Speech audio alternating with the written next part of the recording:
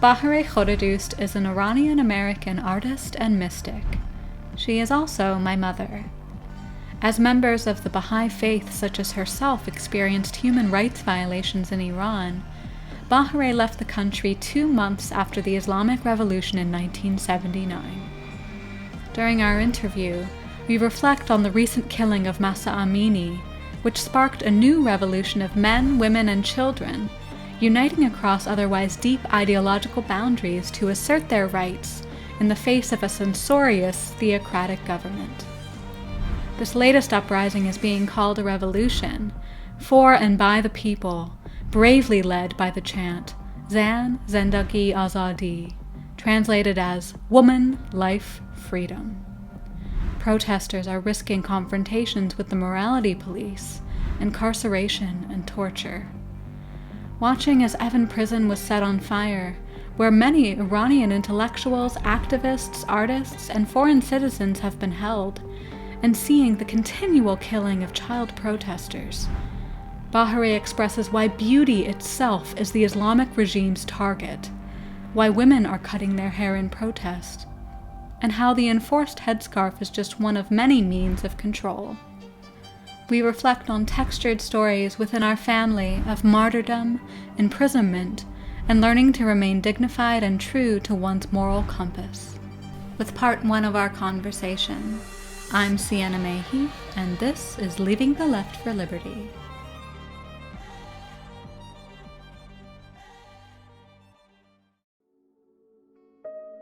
برای توی کوچه رقصیدن، برای ترسیدن به وقت بوسیدن، برای خواهرم، خواهرت، خواهرامون، برای تغییر مغزها که پوسیدن، برای شرمندگی، برای بیپولی، برای حسرت یک زندگی معمولی، برای کودک زباله‌گرد و آرزوهاش، برای این اقتصاد دستوری، برای این هوای آلوده، برای ولیعصر و درختای فرسوده، برای پیروز و احتمال انقراضش، برای سگهای بیگناه ممنوعه، برای گریه های بیوقفه، برای تصویر تکرار این لحظه، برای چهره ای که میخنده، برای دانش آموزا، برای آینده، برای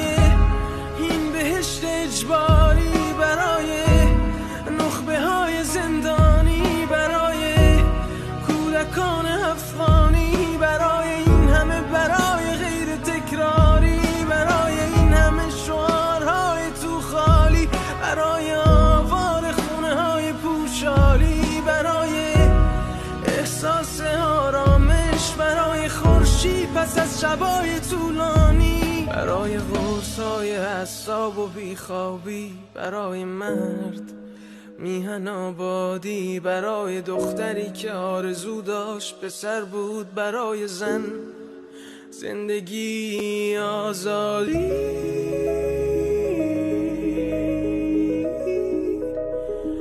برای آزادی،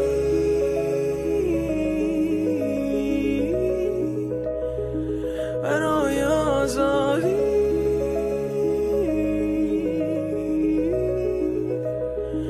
برای آزادی.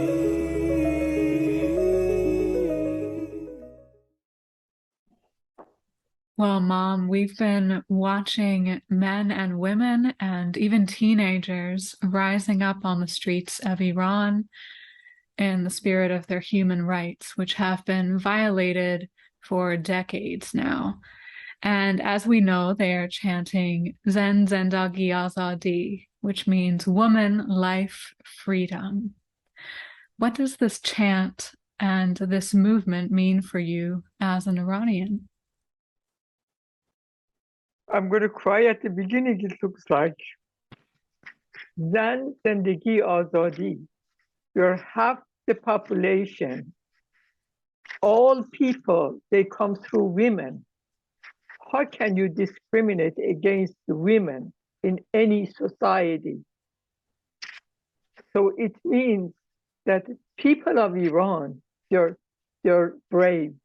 They're either sheer mad, and Shirzan, which means lion and lionesses. Under this regime, they never changed people, only people. They made life so difficult that every move they made, it was difficult, but they still educated their children. 3 generations had passed. Majority of Iranians are educated. Lots of women are educated, more women than men. But life is difficult. If I have to be afraid if I send my daughter or my sons go to school and I don't know if they're going to come back or not because the stupid moral police can take them to the detention center is awful, is wrong, and has to stop. Yeah. And this isn't the first uprising. We can talk about why this one seems very different. It is different. But I do remember in 2009, there was footage of women dancing in the streets, defying the morality police. And you mentioned their courage then and now. And I think the form of protest of dancing really shows the courage and also the creativity of the Iranian people, which we know in our own small way in our family, like you love to dance. Badly, but I do. Yeah.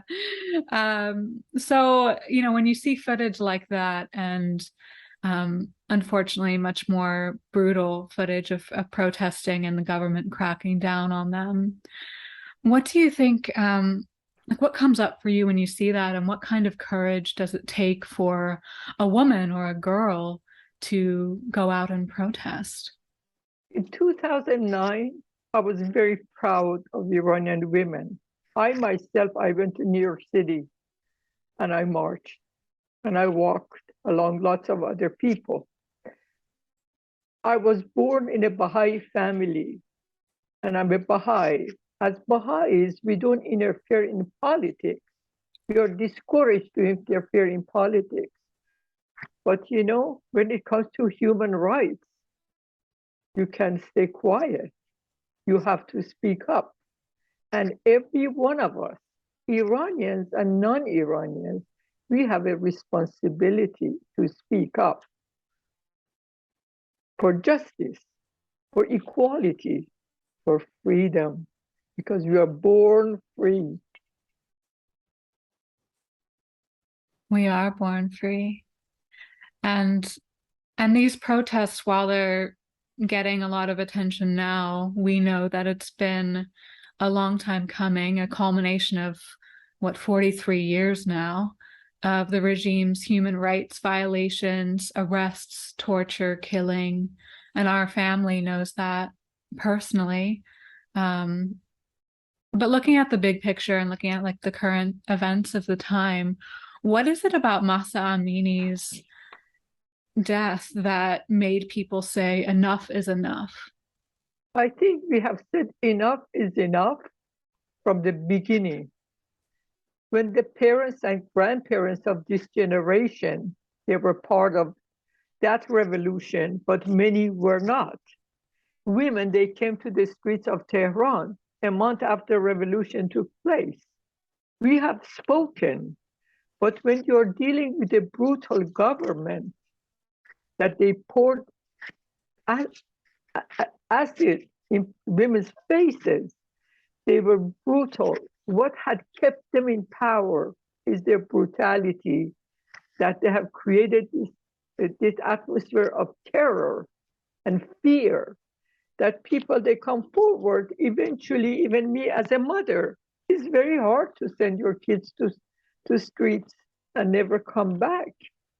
So people, they try to compromise and still stay as themselves. We have never stopped dancing. We have never stopped singing. We have never stopped being ourselves. But we had to live kind of a double life. Now, I left my country of Iran when I was your age. I left my country of Iran when I was 32 years old. That was the last time I left my country. I have lived most of my life outside of Iran. Inside of me, I'm still Iranian. The Okay. love in my heart for my country never goes away. Although as a Baha'i, we believe that the earth is one country and mankind its citizens. But there is a love in where you were born, raised. You have memories. I have lots of memories. So last on memories of the country of poets, of music, of beauty, of arts, of all kinds. Then they try to suppress it. I think the reason they do that because they're so ugly. When they see light in the young people, when they see beauty, when they see energy, even in an old woman, even in an old person, they can't handle it. They have to kill it. It's not just killing a person. You ask about Mahsa Amini. Mahsa was completely innocent. Mahsa was not even in a rally. Mahsa had come from her homeland, had come from Kurdistan to Tehran, Kurdistan, Iran to Tehran to visit some relatives. And you say your hijab was not good enough for us because she was beautiful, because she couldn't look ugly like them. That bothers them because they're ugly and they want to keep people in the dark and they want to make people by force follow their stupid backward rules. I am not against any religion. As a Baha'i, I believe in all religions. I'm against fanaticism. Being fanatic even in sport is dangerous. Fanaticism is dangerous and has to stop all over the world. Now I'm going to cry. I've been To pulling crying back. babies. Yeah. One point that you made is that Mahsa is Kurdish. And maybe you can speak to the reputation that Kurdish people have, especially Kurdish women, of being especially courageous and free-spirited and strong, not just mentally strong, but also physically strong. Like they have a history of being warriors.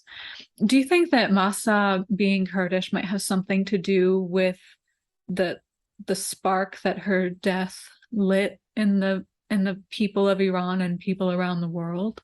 Well, we know in 2009, when Neda was killed, Neda was also a young, beautiful woman and innocent.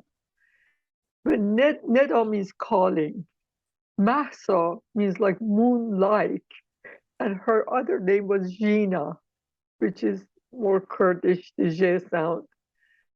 And she was young, vivacious, lively, beautiful, with a future ahead of her. And when you have to resort to killing the young, which are the future of every country, you can't kill the future. If you kill one Mahsa, one Neda, one Sohrab, there are many, Puya, there are so many young Iranian men and women that they were killed in the hands of this regime. One you kill, 10 more shows up. You can't get rid of it because we are free and we are going to stay free and we are going to be the voice of ourselves. People, they say, be the voice of the voiceless. Iranian people are not voiceless, but we need to stand up in solidarity and in support of a cause that is beautiful, is valid, and has to come to fruition. This government from the beginning had tortured people of all races. Majority of Iranians are Muslims, but not like this government. They're beautiful. I lived it there. I lived there for 32 years. Majority of my friends, they were Muslims. I had Jewish friends, I have Christian friends, I had Baha'i friends, I have Zoroastrian friends, and people of all kind of walks and many different segments of society in Iran.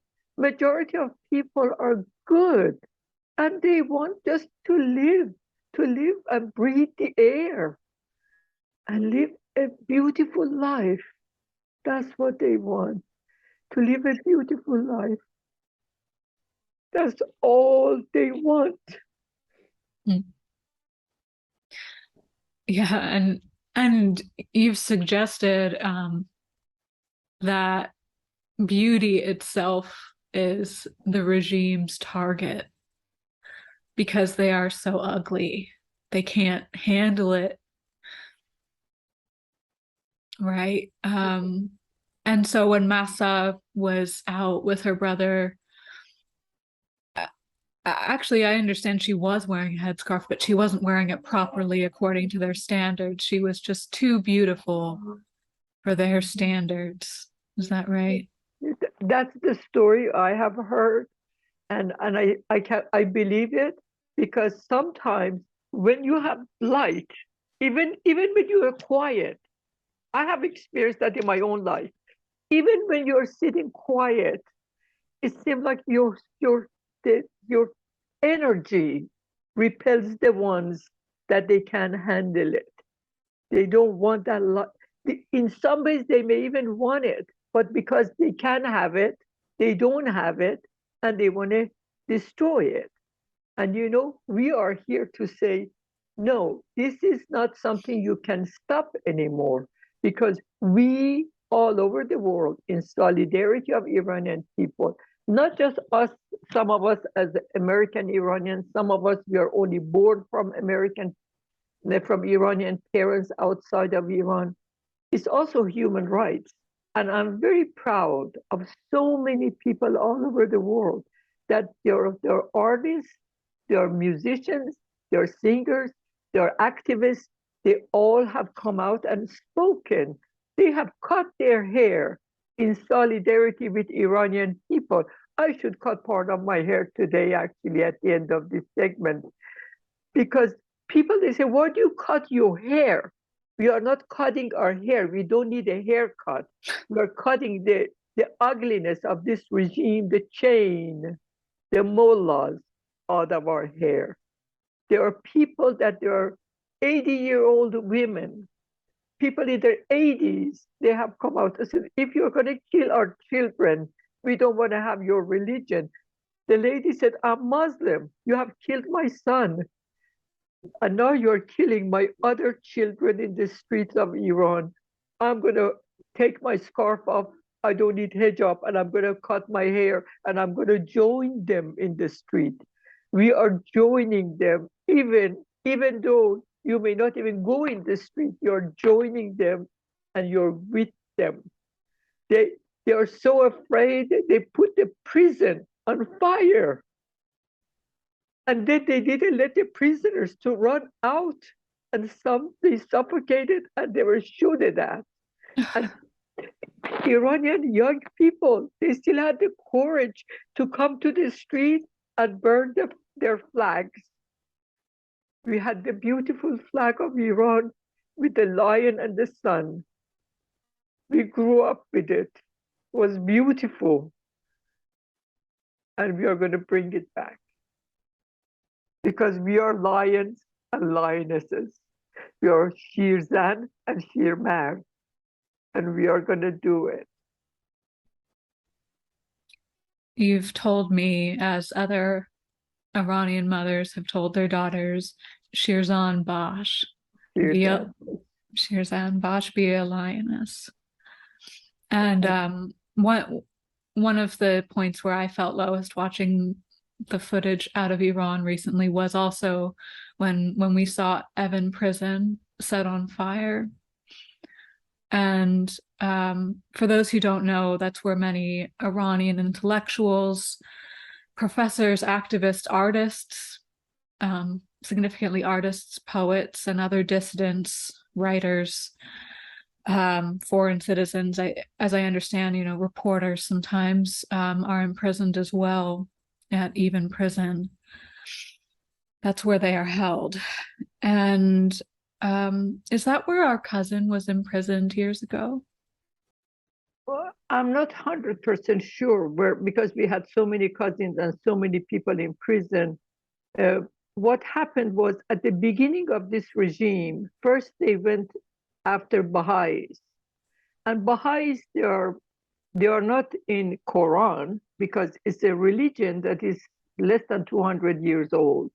179, I think, is the Baha'i year.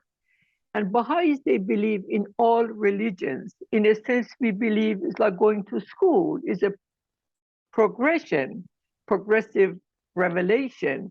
So we believe in all the prophets that they came before. And then we believe in the Bab as a forerunner of Baha'i Faith and Baha'u'llah as the prophet, founder of Baha'i Faith. The main teaching in Baha'i Faith is unity of all mankind, is equality of men and women, is beauty, is love. Everything, the whole world, the whole creation is created on love. The country of Iran was created with Zoroastrianism and dance and songs. You can't take that out of the DNA of the people. So this is what Baha'i Faith is all about. Then they arrested so many Baha'is, your own grandparents, my parents, my brother and sister, that they stayed in Iran. They suffered a lot under this regime. They have been, so some of our relatives, they were taken, they never came out. Sometimes even they didn't give you the dead body. You just assumed that they were killed. They destroyed the Baha'i cemeteries. The brutality of this government and their ignorance and their fake power is unbelievable. And then after anybody that was intellectual, you can be a Muslim, but if you can think for yourself, that scares them. You're thinking.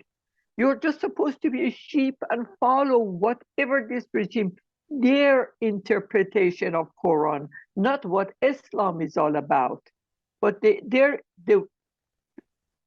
narrow interpretation of Islam, and they want you to follow them. I have to cover my hair because the man can handle it. Handle yourself, control yourself. And those are the things that just has to change, because I have to be free to be modest, but decide how I want to live my life. And I am 100% equal of any man anywhere in this world. Not a little less, not a little more. I'm as equal. And the women, the future of Iran, women, they are going to be the main participant, the forerunner of this revolution. It's going to happen. It's going to happen. There is no way back. And why do you think that this time is different?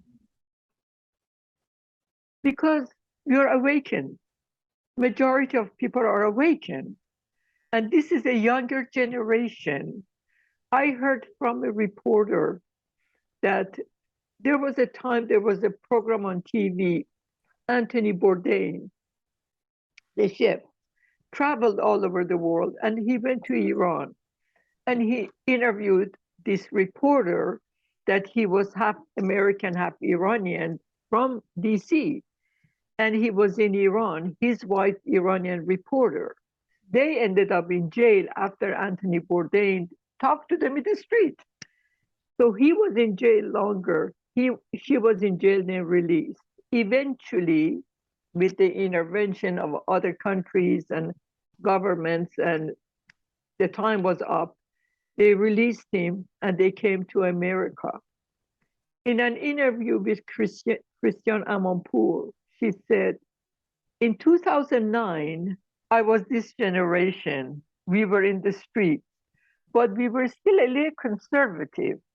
We were still wanting to get our rights, but we were not necessarily saying no to Islamic Republic of Iran. This generation says نمیخوایم حکومت اسلامی نمیخوایم. We do not want Islamic Republic of Iran. No to it. They said that to the dictator. They said, don't be afraid, نترسید ما همه با هم هستیم. Don't be afraid, we are all in it together. And then, of course, زن زندگی آزادی. زن زندگی آزادی had become the slogan of this movement, at this point movement. But I have lots of hope, I have faith and hope, but actions. And we are not asking for war. We are not asking for killing fields. We are asking this has to come to an end. They have to leave. Time had come. People, they don't want this. Even if their great-grandparents, they wanted it. This generation doesn't want this. And young men in support of the women, side by side, came to the streets and supported all the women that they were in the street. Women, they were brave enough to jump on top of the car, wave their scarf, and they say, we don't want this. They jumped in the street. They were walking in the street. They built a fire. They threw away their scarves in the fire. And they said, we don't want it. It's not about the scarf. The scarf can be beautiful like this, that is from my mother. It's not about the scarf, it's about control. We are saying no to control, because once you give the right to a government to control you, or a group of men or even women to control you, what happens? Then you don't have a life. Everything is going to be controlled by others. That's what this is all about. And I think this generation is so fearless. When I saw the high school students, the girls, they came out, it's like, I don't know where they're going. They had their backpacks on their back. They're just going with a mission, And they sing Shervin's song, Bahereh. They're saying no to discrimination. They're saying no to a government that had tried to control them for all these years. Majority of people, they had to live a double life. At home, do their dance. They say a woman's voice, they can handle it if it's a auditorium that is men and women. You can only sing to a women audience. But regardless of all of that, women, they still succeeded in sports, in science, in art, in music, because they found their way, how to put the scarf on and go around it. Maybe they don't wear bathing suit in the public, but they're skiers, they're mountain climbers, they're rock climbers. They have made it, and the majority of them are educated. It's just hard to live like that. That's what they don't want. Mm. And something that I suppose makes this time different, but also unfortunately very much the same, is the Iranian regime's, the Islamic regime's brutality against children. I was actually looking into like the history of the regime and the brutality against children, and this is not new. And I guess you already know that. But what's different, I do see more attention worldwide brought to this issue, among others. I just saw out of Amnesty Iran, they reported Iran's security forces have unlawfully killed at least 23 children to crush what many people in Iran consider a popular uprising against the Islamic Republic. The victims, aged between 11 and 17, include 20 boys and 3 girls.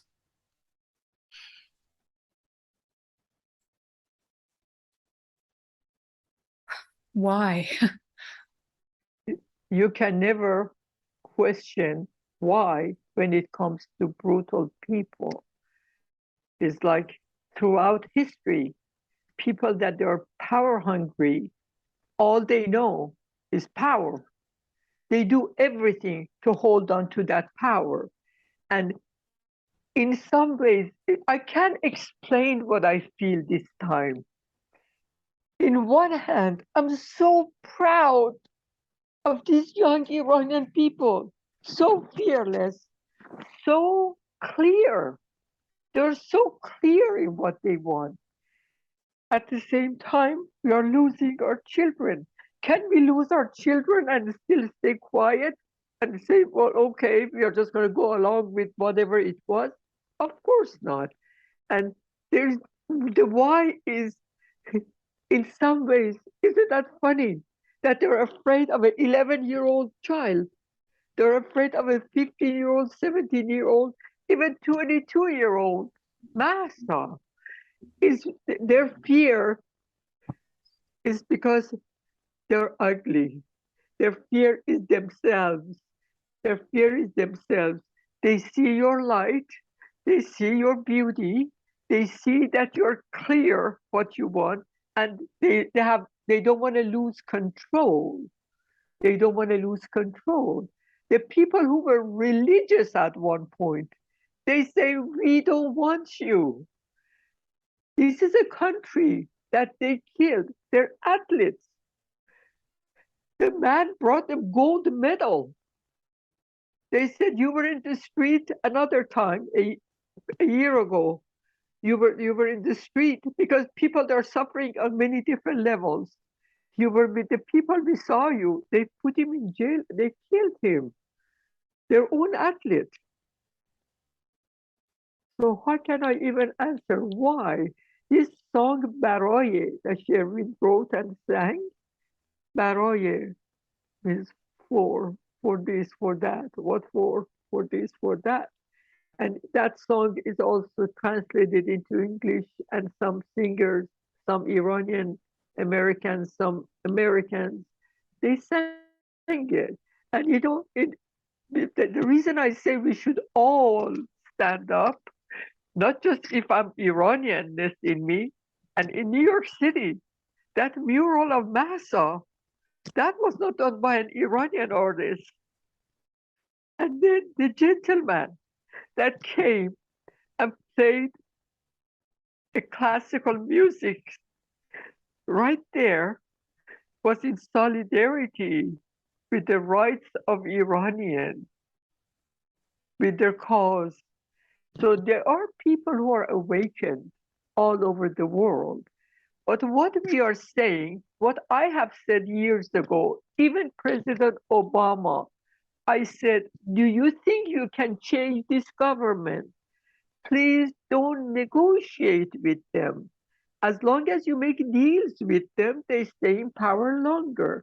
So what we are trying to do this time, more and more, to explain it to the best of our ability to the governments and to administrations, that the time had come that you support the people, not war, support the people by not negotiating with this government. And you can paralyze them if you don't negotiate with them. They have showed for 43 years that they don't change. They can't change. Why is it you think this year all of a sudden they're going to become enlightened? They are not going to change. They are not going to change like Taliban in Afghanistan. A generation passes, they come tell you, we are not the same one. What happened? They were exactly the same one. Women are suffering in Afghanistan under Taliban. Iranians, they have suffered for years. Even our boys are not safe in the streets, as you just said it. Our boys are not safe. You're only safe if you pretend that you have no brain and you're not thinking, and you just follow like a zombie. And people, they're sick of it. They can't. They're to the end of their rope. Yes, and you were saying that some young people have been able to still go to school and get an education. Actually, many. The literacy and that education rates were very high among women in Iran. Though unfortunately, not everyone has the privilege of an education in Iran. And we know of the education is not a crime movement that Baha'is have led for quite some time now, doing classes underground and even online. People around the world have volunteered, professors around the world have volunteered their time to educate the Baha'is of Iran, which is incredible. And that's not new. That's been happening for quite some time. And so the building and the advocating for human rights, maybe to some people it seems new, like, oh, this is new, this is current events, but it's much more than just a few months. This has been decades in the making. And I'm curious, like, when you reflect on your time living in Iran, how were you as a Baha'i, and how are the Baha'i people in general treated under the Shah? Baha'is in Iran, they have suffered from the inception of Baha'i Faith, from the very beginning of it, which was under completely a different regime. It was a regime before Shah's regime, before Pahlavi dynasty.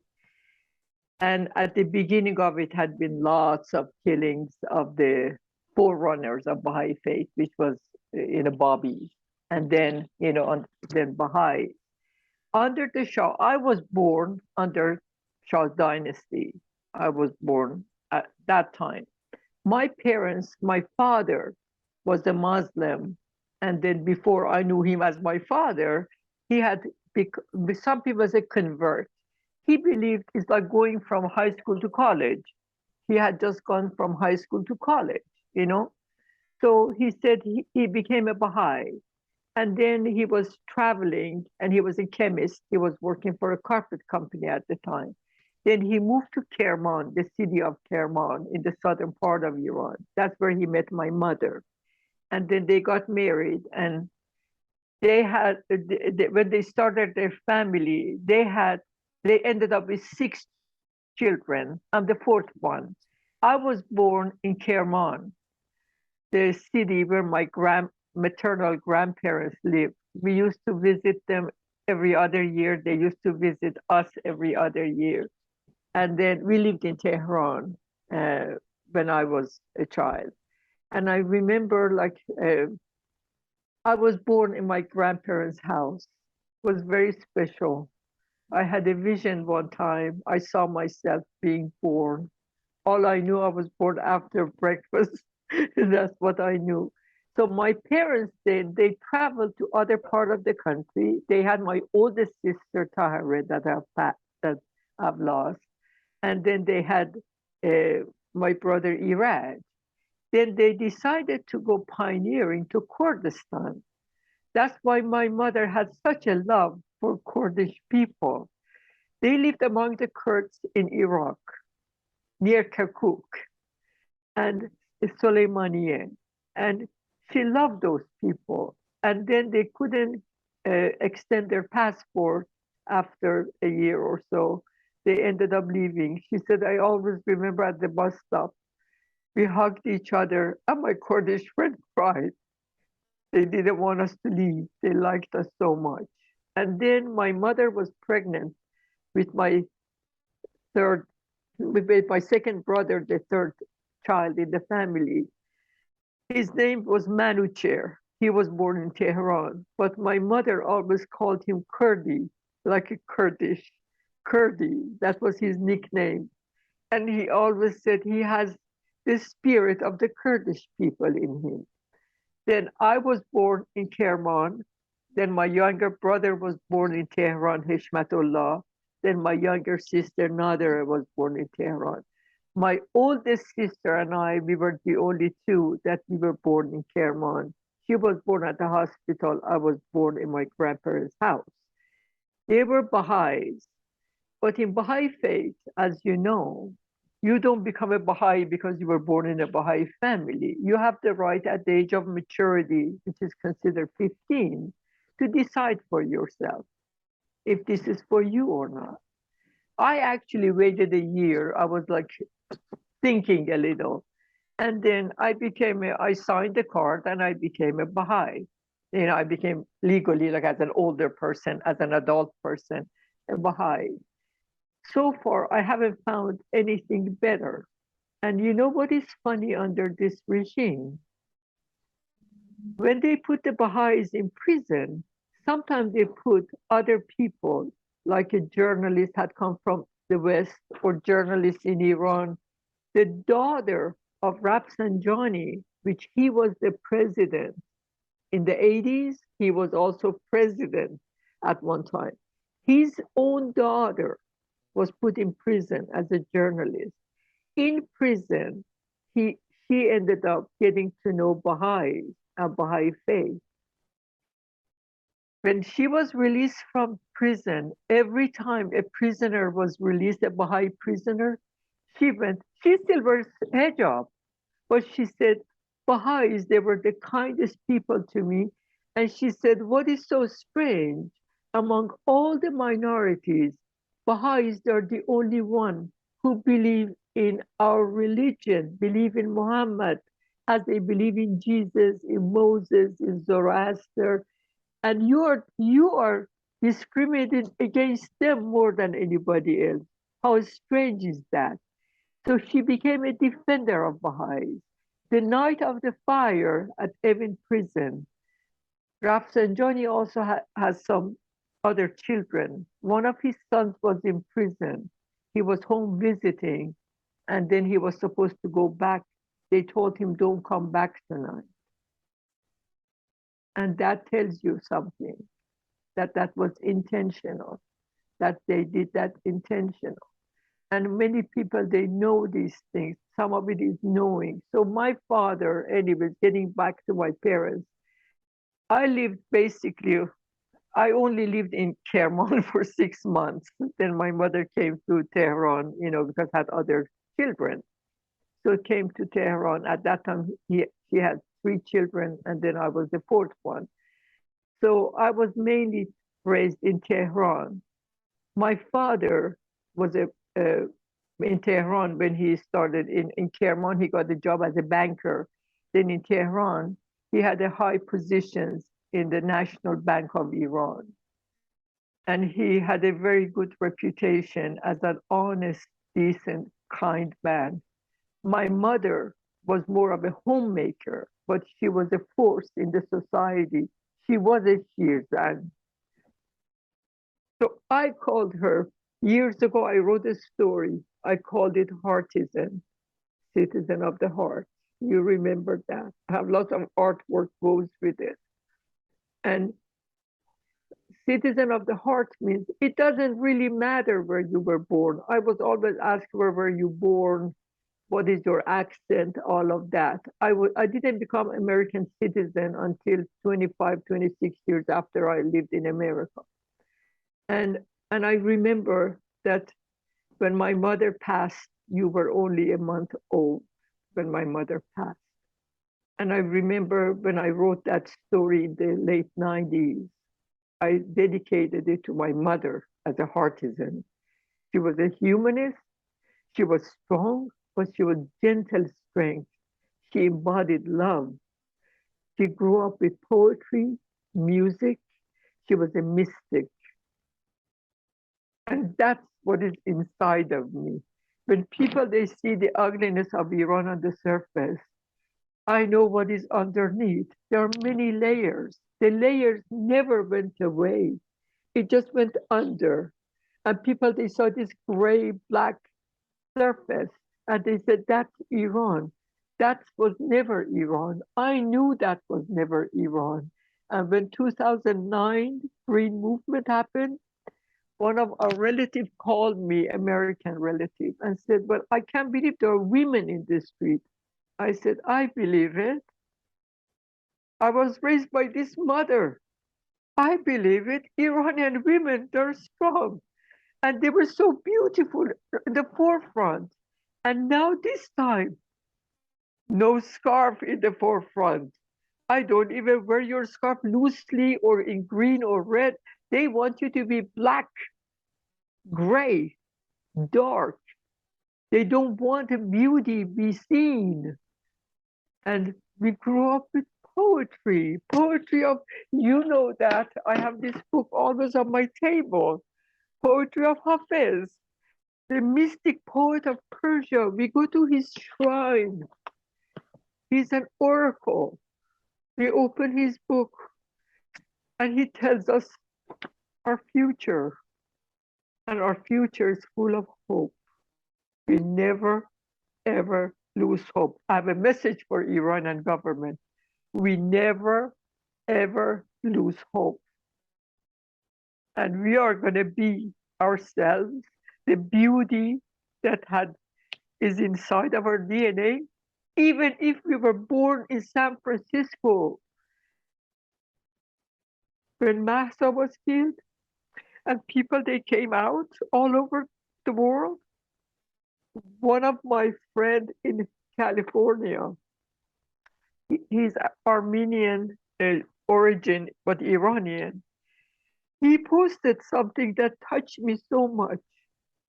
He said, today, I understand today that nobody had ever immigrated from Iran. First you kind of say, oh really? And he said, we only took our bodies with us. We left our heart and soul in Iran. And today we are with Mahsa's family, with all the young people of Iran, that they're standing up for their rights and fighting for their rights. And azadi, zendegi, azadi. Woman, life, freedom. Thank you, Mom. As you were talking about Mama June and Baba Hussein, your parents, the story of Mama June confronting her husband's boss who threatened to withdraw his pension. I was wondering if maybe you wanted to tell that story, because I think that that's a good example of how she was a lioness, and she did it in a very calm and dignified way. One day, my father had a very high position at the bank, and the man that was above him, the main guy, the CEO guy, he was very prejudiced, and he knew that he's a Baha'i.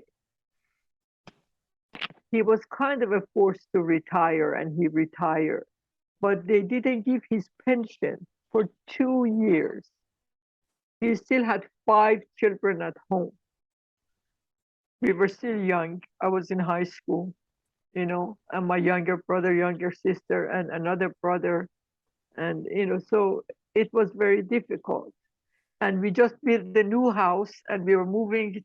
We lived in Shemiran, near the mountains. And so there was a much bigger mortgage. So I remember my father had lost his pension, had lost everything, and is retired. And he was he was just a workaholic anyways. And he was always very fast. We called him Shetaban, because it means like always in rush. And so he found another job. He was, he was needed, and he worked in another place, in another bank that they just started, and he was advisor and all of that. But it was very hard on him because, he had lost his pension after 30 years of working for the Iranian Bank of Iran. So my mother always said, even when I complain about your father, you need to know this. He is the most honest, decent, dignified human being I've ever known. He worked so hard for this bank. And this, regardless of the money that they needed, said it's not fair. I have to fix this because it's not fair. One day she didn't drive. My mother didn't drive. When I was a kid, first we didn't even have a car. And then later, everybody had a car. But my mother told my oldest brother, Irad, asked him to drive him to the bank. So, and we lived in Shemiran, so it was like an hour drive. So they went there. My brother told the story in a book he wrote. That we got there, she got out of the car, and she was kind of a short lady like you and me, and kind of a chubby. She said she got her purse. She said, you can come with me to my brother. So they went together. First, the guy, of course, those banks and all of that, there's always security, there's always you can't just go to the office. But the gentleman is very busy. The right now doesn't have time to see you. My mother said, I sit here until the gentleman has time to see me. So finally, they realized she means business. She was not threatening because she was very unassuming in some ways, but she was very strong inside. So she meant business. She sat there. Finally, they said, he has time to see you. My mother walked there, my brother on his side. They sat there. My mother looked at him, said, how can you do that? How can you do that to a man that worked for this bank for 30 years with honesty, with dignity, with decency? How can you do that? And told him, when I look at you, I think there's some goodness in you. There is goodness in you. Tap into your goodness. Tap into your soul and heart. Maybe you can connect with it. And maybe you know how to do that. You can change it, that he can get his pension that he well deserves. And we have a big family, and we have a mortgage we pay to this bank right here. So she gets up, and the guy says, well, we'll see what we can do. My mom says, I said what you can do, and you can do that. Thank you. He walked out. 2 days later, everything changed. They let him have his pension. He lost the 2 years. They never gave him the 2 years. But that's how she did it. She would look in your eyes and she says, maybe there's still a human being somewhere on the other side of you. You have to tap into, you have lost your connection. You have lost contact with yourself. You have lost connection with yourself. And so that shows how strong she was and the way she raised us. I don't remember her ever punishing me. She disciplined you, but she didn't punish you. Because if you punish, she turns around. I may do the same thing I did before, hide it. But she explained it. She would bring it to your level, like with the grandkids. She would sit down and she would look into their eyes, how good you are, praise them, then say, but you can do better. You can do this, That's how she handled it with the CEO of the biggest bank in Iran and brought some humanities in him. And you know what happened when revolution happened? I left Iran 2 months after revolution took place. The revolution took place in February 1979, and I left mid-April 1979. It's a long story. I went to Greece, I went to France, I went to London for 4 or 5 months. Then I came to America because I had admissions from a couple universities here, but I didn't have passports because during the revolution, the embassy ended up closing. There were lots of stuff happening before hostage crisis, but was still stuff happening. So it's just unbelievable that all of these things would happen. But when I was there, every day we used to get one or two newspapers. Now my father decided we have to get all the papers. There was no internet or anything else. So we would get morning paper, noon paper, evening paper. My mom would run to the door to get the paper before my sister that was pregnant, she not seeing it. On the front page, there was always a bloody picture. So one of the people they killed was this man that was mean to your grandfather. So he was killed. Who cried? Your grandmother, Mama June. Said, I don't believe in brutality. That's just wrong.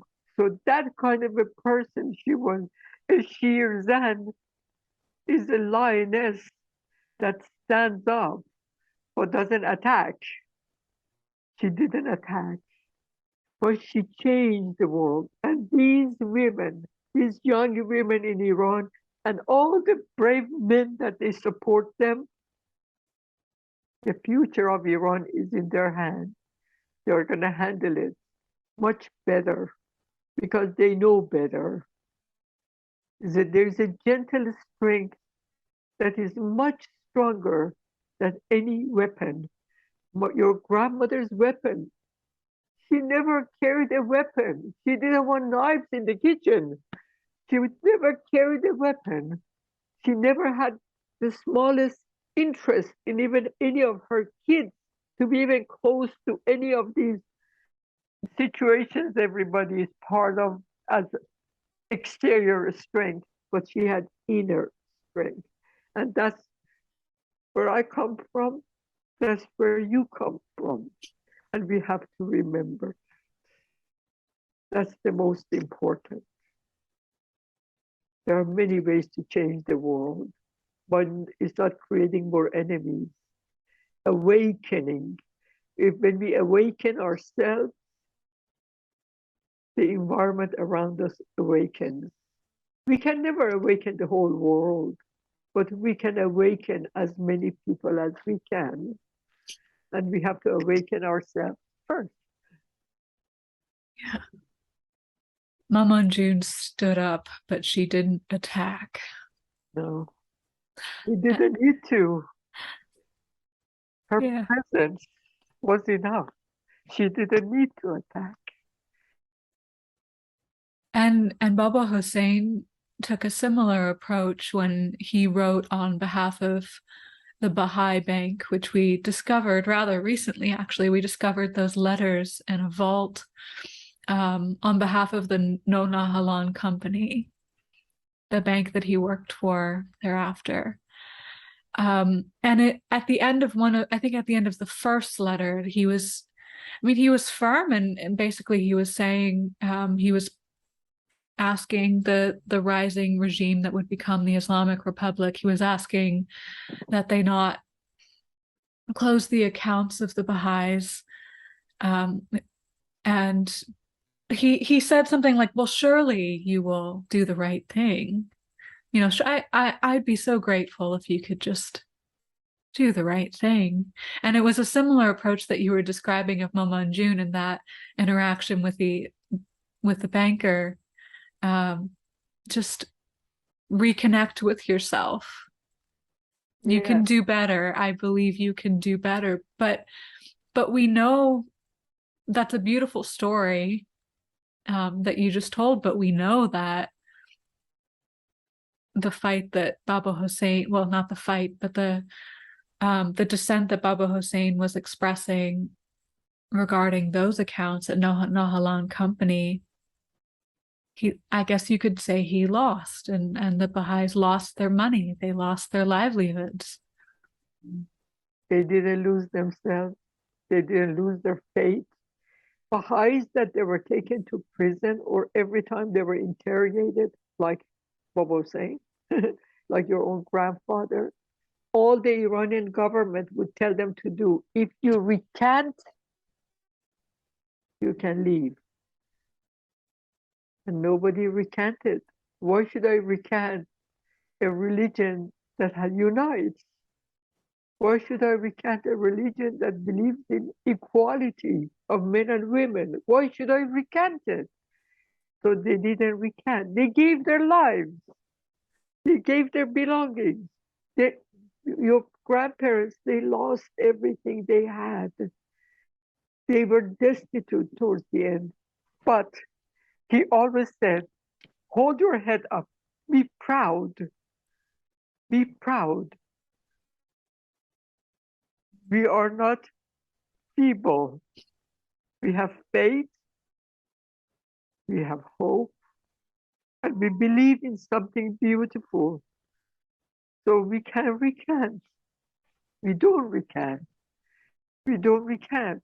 And Baba Hussein himself, I was still in Iran at the beginning of revolution, when they came to Nona Holland Company, and they took everybody kind of like a hostage, and they closed the door, and he was supposed to come home. He didn't. He had a driver. By that time, he was not driving. He had a driver. And then somebody else managed to call to say what had happened. Finally, he came home. So by that time, they have closed everything.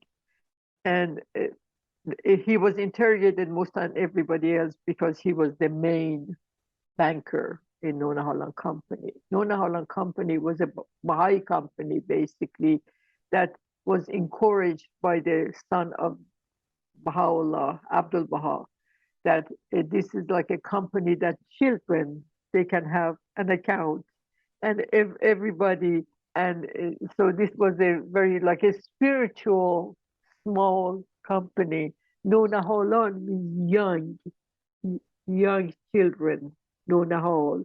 Nona Hall is like a young tree. They're like young trees. So of course everything was lost. Of course all of that happened. Of course your grandparents, they lost everything, but they never lost faith. They never lost themselves. All of those Baha'is, they lost their lives. All of those other non-Baha'is, they lost their lives. Christians, Jews, Muslims, many Muslims, because majority of Iranians are Muslims. Not like that government, but they believe in Islam. And, and many of them, they are educated, they are progressive. I grew up in a progressive family, and I cannot become like this. I can't like go hide myself. Why should I? Because I have nothing to hide. When you have nothing to hide, hide nothing. Why this government has to lie so much? They have a lot to lie. Why do they have to be that brutal? Because they have something to control. In some ways, I have pity for them. In some ways, they're feeble. They're just brutal. And that's how they have kept the country hostage. If you're not in prison, you're in the prison of Iran. And then if you're not in prison, are you free? Freedom is the freedom of the spirit. It is a state of being. You can be in prison and be free. You can be outside and be a hostage. So the freedom of the spirit, nobody can take that away from me because my spirit is free. You have no control over that. Some Iranians in 2009 in prison, they said that to Iranian government. Said, you can put me in prison, you can torture me. You can control that. You can control that. So that's when, I'm like, I become very joyous and excited, and I'm very sad at the same time. But I'm proud of young Iranian people today. I'm so proud of them. I want to say one more thing. That square, that circle in Iran that they call Azadi, had a different name, was built by a Baha'i architect, actually, that he was a young man, he won the contest. And the name of it was Aryameh Shahyad. Shahyad means in the name of the king, Shah, Shahyad. Under this regime, they changed the name. They didn't want to have anything to do with kings and monarchs, so Azadi. Wow, what a perfect name today. Your pictures shows like women in front of that. They have their long hair and somebody is braiding the other person's hair because that's Azadi Square. The government doesn't own that. We own it. It's ours. Freedom is ours, not theirs. That is a form of poetic justice that I didn't actually know that it was this regime that renamed it Azadi Square. Yeah. Wow. Yeah. That's oddly satisfying. Yes. We've done so much crying, but I think we can laugh at that for a moment. Another story that came up of Baba Hussein is his brother. You've told me about his brother calling him Sag. He would sit in the back of the bus and chastise him and call him names. He would call him a dog, a Sag. My father right? was not on the same bus. He would just say it. Oh, okay. Yeah. And you've told me that Baba Hussein would actually deliver groceries to this brother and his wife. And they wouldn't even allow him to come inside, I guess because he was a Baha'i, because he had left the Muslim faith. And I don't know, I assume it was some sort of like betrayal the family felt, or misunderstanding. I mean, what is hate but just misunderstanding, cloaked by a false sense of righteousness, I guess. And that's what causes a brother to call another brother a dog. Ignorance. Yeah. Ignorance. And that story also reminds me of how we can practice decorum and dignity in the face of hate, and just show the contrast, if not for any other reason, but to show the contrast. Yeah, because the way Baba was saying, your grandfather, he was charity actually is a big part of most religions, all religions, including Islam. Baba Hussein was a Muslim and practicing Muslim, but apparently he was not fanatic. My grandmother, my paternal grandmother, she was very young when she became a widow. She was only 23 years old, and she had 3 children. But she loved her husband so much, he got sick, and in a few days he died. Your grandfather was only 2 years old, and his brother was a baby, and there was an older sister. So my grandmother, in those days, with hardly any education, she worked very hard and raised 3 kids. Your grandfather and his brother, they were sent to the same school. The best school for boys in Tehran at that time was called Darul Funun. But Baba Hussein, your grandfather, was a very good, studious student, and his brother just hated school. So every day there was problem. My grandmother had to go find him in the street, take him back to school. So your grandfather became very educated, and his brother didn't have much education. That's okay if you don't have much education, but he was also very fanatic. But believe it or not, your grandmother would still say somewhere he has a good heart. That's who your grandmother was. But because of his ignorance, he would say lots of off things, and he would like come to our house to see his mother, but he wouldn't like touch a food if a Baha'i had touched, so all of those backwardness. But they were not very, they were very kind of a poor. We were middle class ourselves at that time. Then we became high middle class, but we were not high class. But we did much better financially than them. So your grandfather, that Bank of Iran, was like a big compound, had its own hospital, had its own swimming pool, had its own groceries. It was like a little, it was like a little town for itself. So when your grandfather would do some shopping, like for our family, like for winter and all of that, he would do it double, and he would make enough. He would buy enough that he could take half of it to his brother's house because he knew they needed it. He didn't even own a car yet. He would call a taxi. He would take him across the city to take it to his brother. And sometimes, especially his wife was so backwards, said when she would knock, said, put it by the door. And your grandfather, he didn't do it for her or for them, it was a charity, but he did it for the greater good. He did it because he believed that we are here to help each other. We are here to help our other humans. If you're a little more fortunate, help the ones that are less fortunate. And in other times, somebody maybe emotionally needs help, somebody financially needs help. Always be like, put others before you. But that's who he was. He came eventually to our house when he didn't have anywhere to go. And my mother allowed him to stay for 2 weeks until we found him a place to live, because they ended up in divorce, his brother and his wife. They ended up in divorce. But my father still went, paid his rent, and visited him.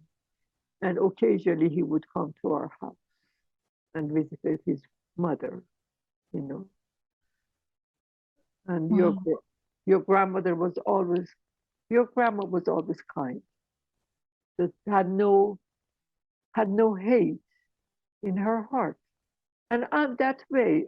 Things upsets me a lot in the world. I can't let hate go inside of me. I just say, what is it we can do to change? Do you hate the mullahs who have taken over your country? I don't hate them because sometimes I know it doesn't sound right when I say it. They're not that important for me to hate them. They just, like, usually when you're in a class setting, the smartest kids should take over.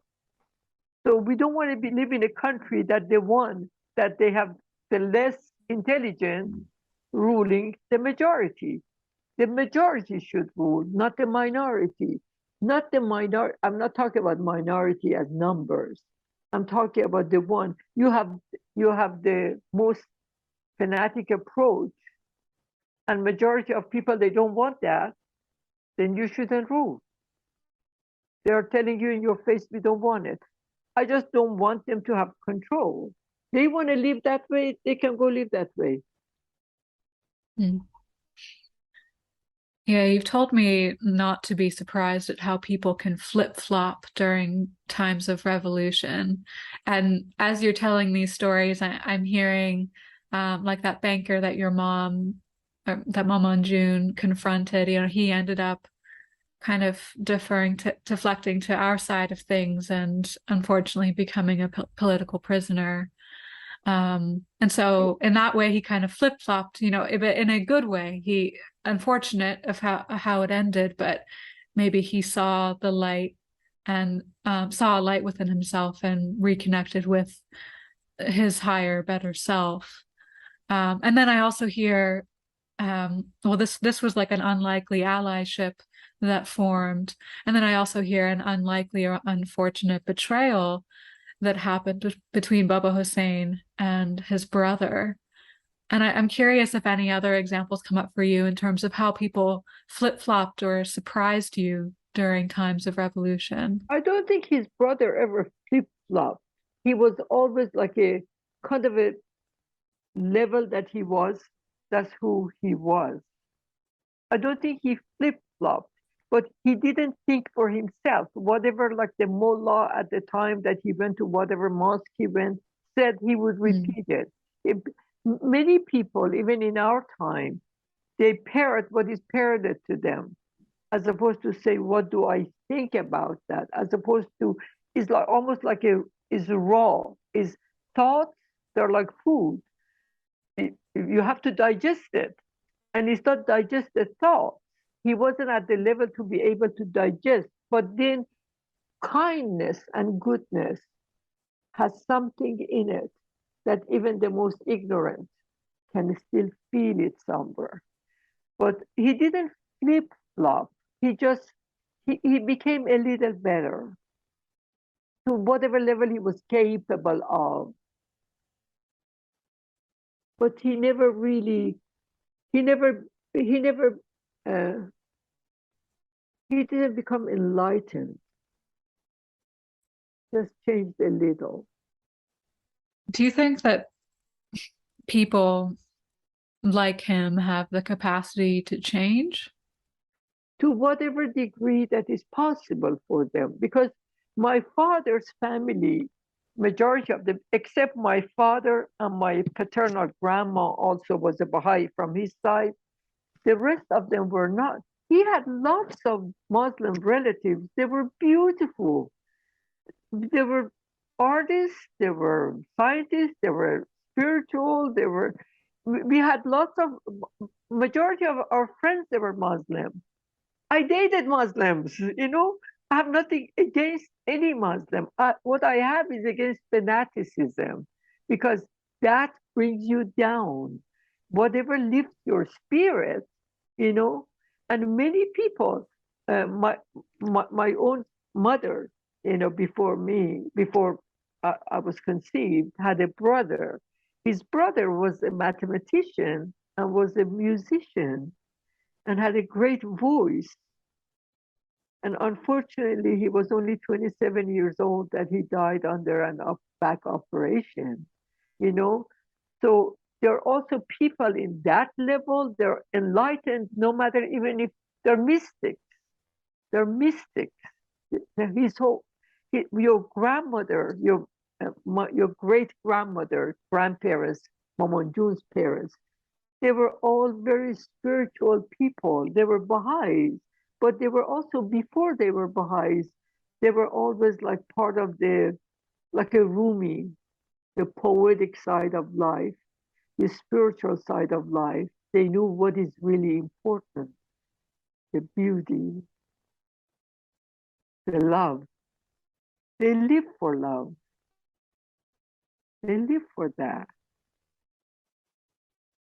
We both have love around our necks. Yeah, I have love. I have also this love. And I have I guess I have the Persian version somewhere. I have this love. Like yours. Yeah. And even when members of our family tell their stories, tragic stories, I've noticed that there is a thread that runs through our family that shows we're all very creative. Many of us are very creative and artistic in our expression. And I wanted to read part of Human's story that he shared publicly the other day, of one of two experiences with the morality police. And I wanted to read this one because I can really appreciate how he tells the story and how he weaves the imagery and the things that he remembers so vividly, and the things that kind of elude him. And I think that also shows how trauma can kind of blur things for a person who's going through it. And maybe you can fill in some of the blanks of the translation. I'm just going to read the English translation. He writes, I was a kid. I was about 7 years old. My mom and dad's friends were at our house. We went underground to play ping pong. My mom was upstairs. A bell rang. Another one of my mom's friends came and started talking a lot. In my world, I didn't understand anything except the faces that I saw. I was terrified. The game of ping pong turned into a horror ring. A little while later, one morning, the doorbell rang. Some people were pouring in the house and searched everywhere. My brother was beside my mom, and I was in a hurry. They took Dad. My mom insisted on going with the baby in her arms. She didn't want to leave my dad alone. I went to my grandparents' house. A little while later, we were at my grandfather's and grandmother's house. Again, some people shed their blood again, my brother in the arms of my mom, and I am now 22 years old, and I am still terrified. I went to school, elementary school, guides, school. The educational teacher used to expel me from the class. And I had to stand at the office when it was time to say prayers. The fourth year of high school, I filled the university form with the hope of going to study art. The loss of the case, my dreams turned into water. Art lover. I finally found my way, but before that, one of our relatives was taken to prison. I feel bad. My mom's uncle was kidnapped by another group. Bad news every day. I woke up. I have worked, and why? After 25 years of waiting, I came back to the land of a foreign land. My body is here, but my soul has not yet left my country after 40 years. And again, horror, fear, bad news. I sat down, for example, to have breakfast, as promised by many people that it is good that you are not here. But my mind, my heart, and all my feelings are there, where the bread bringer is raped. An innocent girl is dying to be guided, and 1,000 other news. A bite in my mouth tastes like poison. I am looking at the photo of an innocent girl. My tears are sitting beside me. My mother is sitting in front of my brother. What happened? I want to scream and scream, oh God, until when? Oh God, don't you see all this oppression under the name of the Islamic kindness that has made more elite people leave the country than me? I am leaving.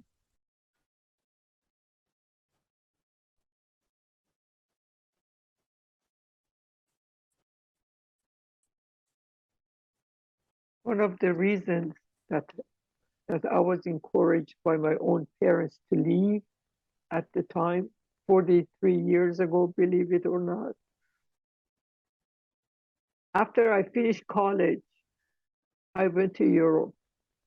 I worked in different places, and then I decided that I want to go back to college and get my master's degree. So I went to Shiraz. I went to Pahlavi Shiraz University. So I was there when revolution, the second semester revolution was really happening, you know. So like I remember like those times. And I remember coming to Tehran, not Tehran, it was a city, Karaj, near Tehran, where my parents lived at that time. And then like I'm waiting, basically waiting what to do.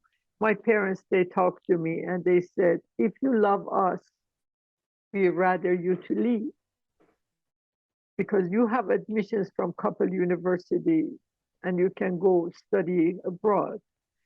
I want to stay closer to them because I was the only one, although I was the fourth child, I was not the youngest, but I was the only one who was single. And I thought like I can help them more.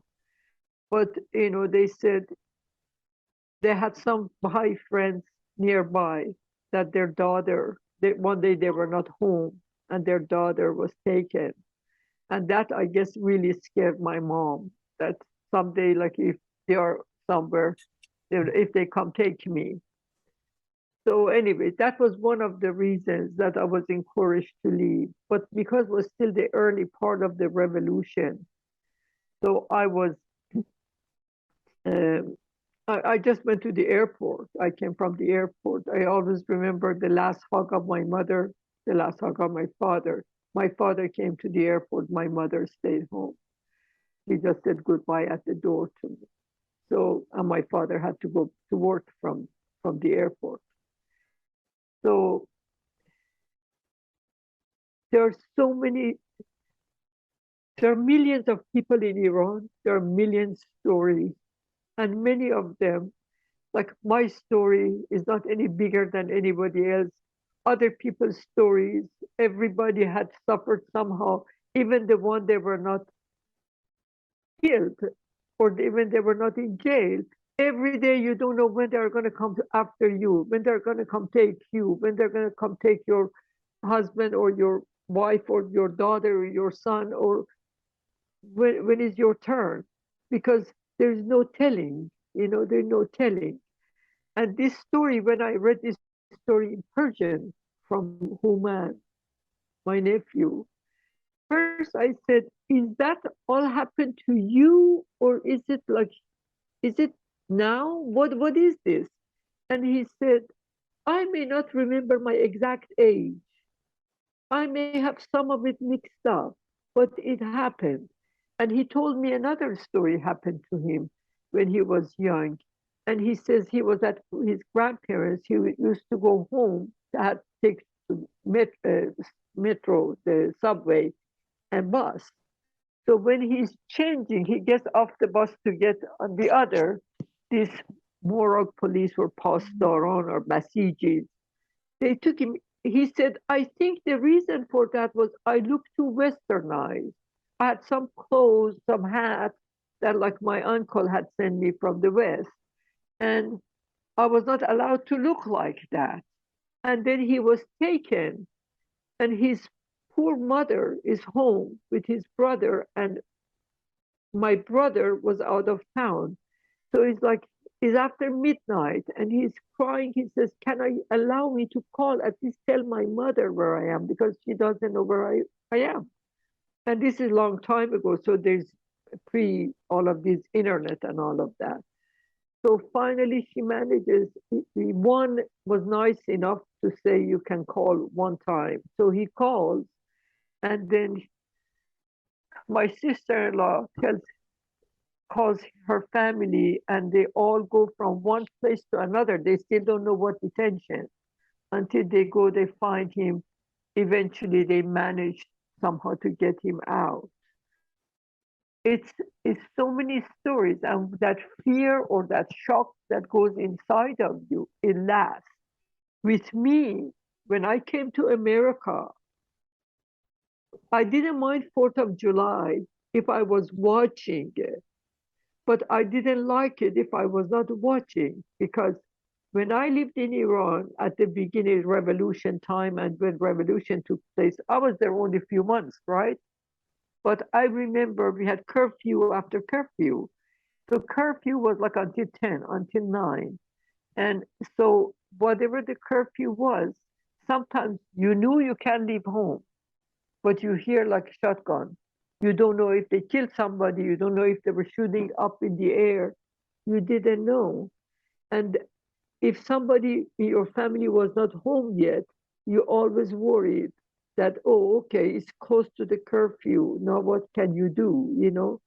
Sometimes the phones, they were disrupted. You know, sometimes the connections were not good. You couldn't call somebody. So there was all of these things. And of course, I have left Iran 43 years ago. I have lived most of my life outside of Iran, but Iran is still here. Had never left. It's still here. It's like your first love is still there, here with you. And if things would have been beautiful, but was not what you were used to, you say, okay, it's life. But it's not. But as far as Baha'is, the religion I come from, Baha'is, they also suffered under the last dynasty, Shah's dynasty. Baha'is are all for education and education of women and all of that. Women actually, they're the first teachers of the children. So their education is even more encouraged as far as in Baha'i Faith.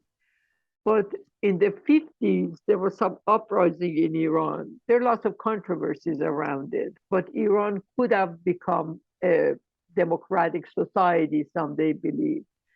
But when Shah was taken out of Iran, Shah's father, the story is, Shah's father was disposed, and then Shah was only a young man, 22 years old. He was put in his place, and then was early 1950s, which I was very young. I wasn't even in school yet. So there was uprising, and was the prime minister Mossadegh, and was tied to the oil and all of that. The oil, we owned it, but they want to own it, foreign countries, and control it. So anyways, when at that time there were some mullahs, they started saying horrible things against Baha'is and rumors and all of that. So there were lots of killings, especially in smaller places all over Iran. And some Baha'is, they were killed at that time. But we still had to go to school. Our parents, they still, would get us ready, send us to school, and they help us to stay safe. And then later you forget, like in the 60s, 70s, life became more and more normal. And people in Iran, in that song, Bahereh, Shermin sings it. People that are fighting for what? For having a normal life. One of the lines is that. So Yeah. And one of the fanatic sentiments that led up to the revolution in 79 was the anti-Western sentiments on the part of the Islamists. And I don't know if everyone knows this, but Death to America was actually originally an Iranian thing. we didn't. Yeah. Yeah, but I mean, as you've explained to me, they weren't saying death to Americans. They were saying America. death to America, death to Western imperialism, which is understandable to some extent. And then also coupled with that was death to Western culture. And the rioters and the supporters, I guess they wanted to maybe live freely, but in their own way, and in doing so, curbing the human rights of their fellows. And then, like as you've said, Iran had so much oil wealth at the time, but the people weren't necessarily seeing any of it. So, like, when they were saying death to America, were they saying death to a democracy because they couldn't have a democracy of their own? No, I think what happened, this is my take on it. I'm not very political. I'm more like human rights, but this is my understanding, and it's very limited because I'm not that educated when it comes to politics. Majority of people, they lived a normal life, and majority of us, the life got better and better and better under the Shah. One of the things was we had a white revolution, they called it. Women at one point, they were not voting in Iran. And then it was in the 60s, then women could vote. And women, we had prime ministers as women, we had ministers, minister of education was a lady, So things were just improving. Shirin Ebadi, that became the first Iranian that got the Nobel Peace Prize, she was a judge in the 70s. The revolution happened. They told her, you can't be a judge. Maybe you can be a lawyer, but you can't be a woman cannot be a judge. Under Islamic law, a woman cannot be a judge, and a woman's two women witness equates to one man witness. There was all of these things in it. So anyways, like everything was improving. One of the things that improved actually with that white revolution, there was a time was costly to go to university and get more education, was costly. So, and you had to take entry exam. So if you passed it, and if you couldn't afford it, especially in a better or private university, then you couldn't go. So under that white revolution, one of the things that changed, if you passed it, you were in. There was one promise you had to make. Like if you went to college 4 years, you had to promise to stay in the country for 4 years to serve your country, not even being in the, just staying in the country. You didn't have to work for government offices. You just had to stay in the country. So that was the only thing you had to promise. So lots of things changed. I remember people that before, if they were lucky, they would finish high school. No, they were doctors, they were engineers because they managed to go to university. And Baha'is, we all went to university at that time. My own sister, my own brother, myself, we all became educated. My younger sister, we were all college graduates. Under this regime, they made life very hard for the Baha'is. Then they banned Baha'is from going to university. That was when educated Baha'is, they decided to establish this underground university to educate the young after high school. And then they would apply to some universities in the West. And if they could get out, the, the classes they took they became transferred students. So this government did crack down, and my cousin Sienna, he was in prison. I believe at one time he was in prison in Isfahan, so it was not even prison. But he was a doctor. He even healed some of the prisoners inside of the prison. He was in prison more than once. His crime, he's a Baha'i, and he is part of that underground university educating the young. There's so many stories. It was in the 80s, early part of 80s, that there were a group of women in Shiraz. They were hanged, they were killed. Among them was a 15-year-old girl, Mona. Mona was a 15-year-old girl that she had classes for the young kids in their house, for the young kids. They hanged her. We have a documentary that they made in Canada, Mona and her story. It's about her life. And then they took her father and they imprisoned him and they killed him just because of their religion and because of trying to educate the public. They don't want you to go to school if you don't become educated. You can be trained to have a degree. They don't want you to think for you. They don't want you to be educated. So many Baha'is, they suffered. Many non-Baha'is, they suffered. All it took, if you had a view that they didn't like to hear, because they didn't want you to have your own mind, your own faculties. And as you've described, the pendulum was swinging throughout your lifetime, and even before, like when we were looking into the 1930s, and back then Iran was ruled by Reza Shah Pahlavi, right? Yeah, Shah's father. Shah's father, okay, and he idolized the West as well.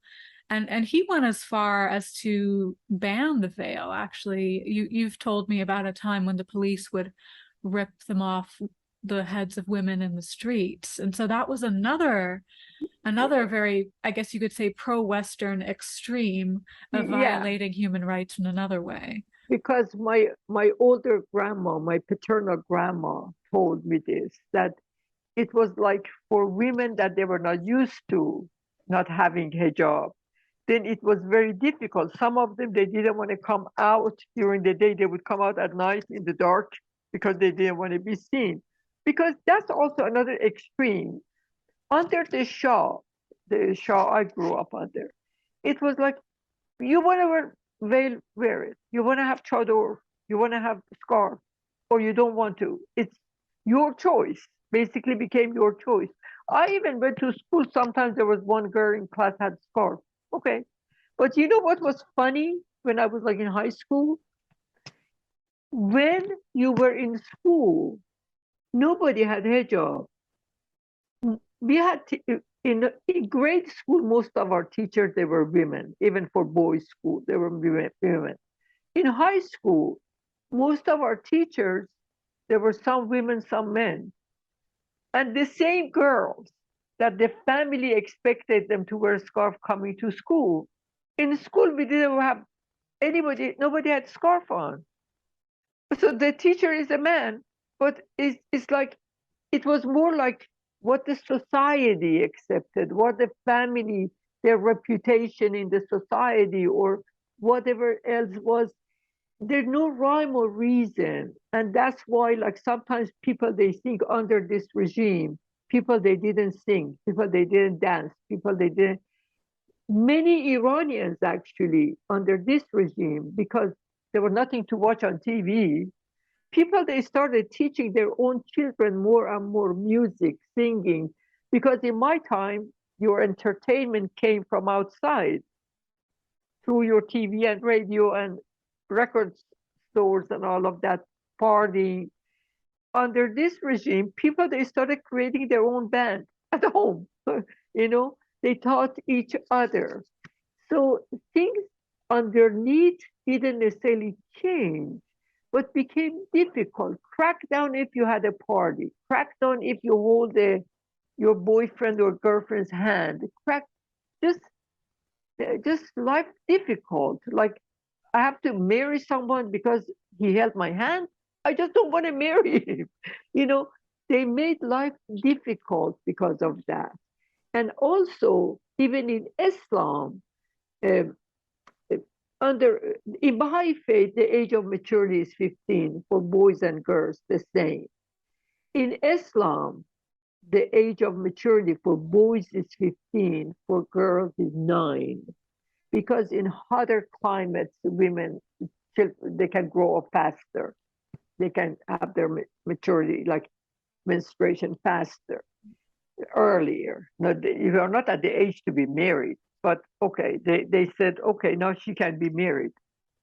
Also, under this regime, a child is going to kindergarten. They say you need to wear a scarf. I'm 5 years old. Why do I have to wear a scarf? They just, their rules doesn't make any sense in, especially even if you say a religion had said something. Like, what, 1400 years ago? Or it comes to Christianity, 2200 years ago, comes to Judaism, to Christ. You have to, you don't read the same constitution in this country the same today that you read it 100 years ago. In the Constitution in America says all men are created equal. You know, at the time, they meant rich white men. Rich white men could vote. Then it became all men, not the black ones, all men. Okay. Then it became only men. Half a population in this country, any country, is women. Half a women, they have to go tell their husband, honey, please you vote for this one, because they can't vote themselves. I may not want to vote, but it's my right. It's the same thing I say when it comes to pro-life, pro-choice. I am for life, but you can't be pro-life, go kill the doctor. Then you are not pro-life. Pro-life is also common sense. Everything has to be common sense. If I want to teach my daughter morality, or my sons, I should teach them about modesty. Modesty, purity of the body, mind, and spirit. It's not only body. Why are you so obsessed with body? A naked body. I'm an artist. I've seen lots of naked bodies. It doesn't bother me. Naked body can be beautiful, can be sacred, can be beautiful. It's not about that. It's about how you project it. It's about that. It's about your thoughts, your mind, your spirit, your heart function. You can think from your brain, but function from the heart. Then automatically the environment changes. The mind is important, but mind, as in Baha'i Faith we talk about it, science without morality is no good. Morality needs also like common sense, reasoning has to come together, has to come together. Equality doesn't mean I have to act like a man. I can be me. I can be proud to be a woman. And I am proud to be a woman, but I'm not less than anybody. And I'm not more than. I'm me. And I have just as much rights. If I choose to be a truck driver, is my right, not the government's right or another group of people's right. I decide. There are lots of professions I have no interest in. It's my choice, my option.